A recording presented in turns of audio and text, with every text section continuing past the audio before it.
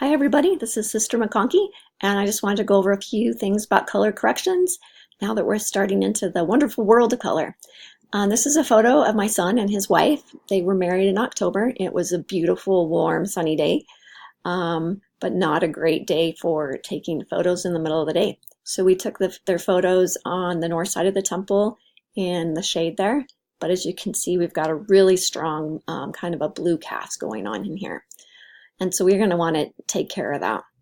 So I could go up in here and I could, change it here the temperature wise, or I can use these little drop downs here. And for this image, I know that shade is going to work really well, but I'll show you just a couple things here. I could do cloudy, but it still shows a little bit of a blue cast in the veil. So I'm going to want to go to the shade. And oftentimes, even though you're in the shade, you might not want to go shade. It might just be warming it up just too much. You just kind of have to look at your colors and make adjustments based on that. With them, we're going to be looking at their skin colors in particular to make sure we get those all good. So I'm going to want to bring the exposure on this up just a tad bit. I think we're going to bring it up to about 25. I think looks pretty good.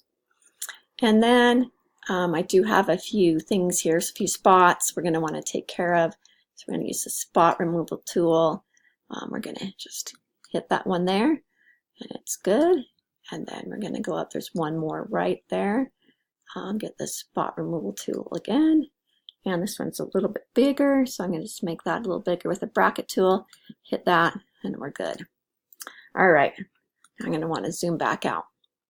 So we've got the color corrections. We've got the spots corrected. We've got the exposure. I think we're going to bring in a little bit of clarity, just kind of sharpens things up, makes them pop a little bit more, maybe about a 12 on that.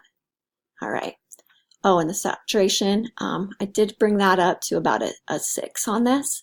Lots of times on saturation, you want to be careful because it's going to really affect the skin tones. If you're just doing an image of landscape or flowers or something, or say an abstract type of image, you have a lot more leeway with your saturation. Just to kind of over exaggerate here, I want to show you, saturation really affects the skin, and you don't want to have these kind of weird skin colors going on. Looks like you've used some kind of weird sun tanning lotion.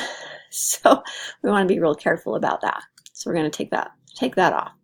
Another option you have, though, if you want to bring your saturation up a little bit, is to go into here where it says HSL, and you can adjust your saturation a little bit more localized. You do want to be careful with some of these because they still are going to affect the skin tones. We have these beautiful red roses in the bouquet, but if we do too much red, it's going to start to bring red into their faces as well.